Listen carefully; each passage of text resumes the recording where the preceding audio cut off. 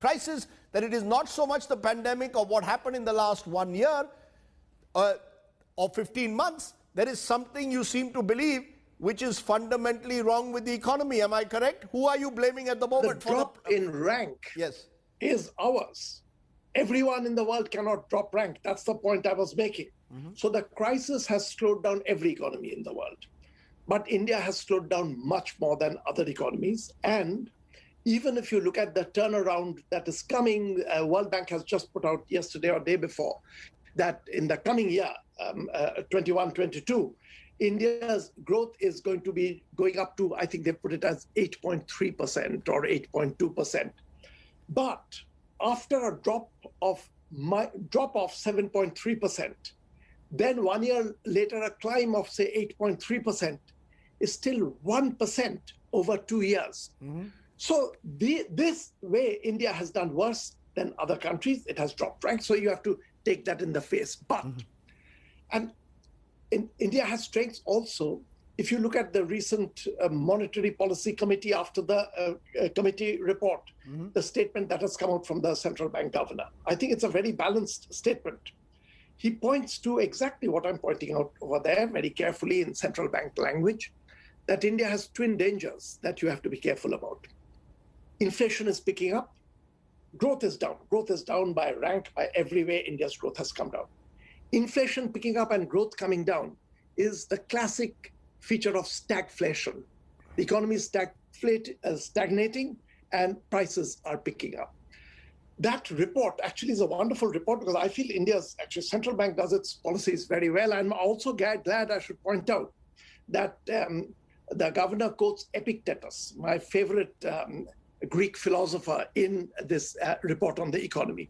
But it points to the twin dangers which I'm pointing to. I'm pointing to more blatantly with the language very, very clear, crystal clear. This is where you have to get together and do. I have a prescription I can go to straight away because there are other countries which have begun doing it. The mistake that India's made, and I really don't blame anyone because this was a very novel situation. India was taking one step at a time. First, you try to handle the pandemic, the massive lockdown with no attention to the economy. In retrospect, we know that was a big mistake. It froze the economy completely. But now we realize that you have to do the economy and the health measure together. And there are examples from Asia. Indonesia, towards the end of last year, 2020, the President Jokowi put together a committee which was COVID, health management, and national economic recovery. A committee that handles both these together, bringing in some very fine independent experts with independent thought to the health and the economy to be managed together. That's the kind of thing that India needs to do now. And really, this is for all sides, not just for the government. Put politics aside, get together, bring in the best expertise. India has huge potentials, clamber right back up there. One more thing about monetary and fiscal policy, worth keeping in mind. The responsibility, really the bulk of it, because I feel monetary policy is being managed quite well. Exchange rate, I watch exchange rates very obsessively and closely, being managed very well. Clearly, the Reserve Bank is buying and selling, using its massive foreign exchange reserve, now virtually $600 billion, very well to do that. Where we need action is fiscal policy, which has to be much more nuanced. In a standard recession, you just inflate the economy, you put in more buying power in the hands of the people.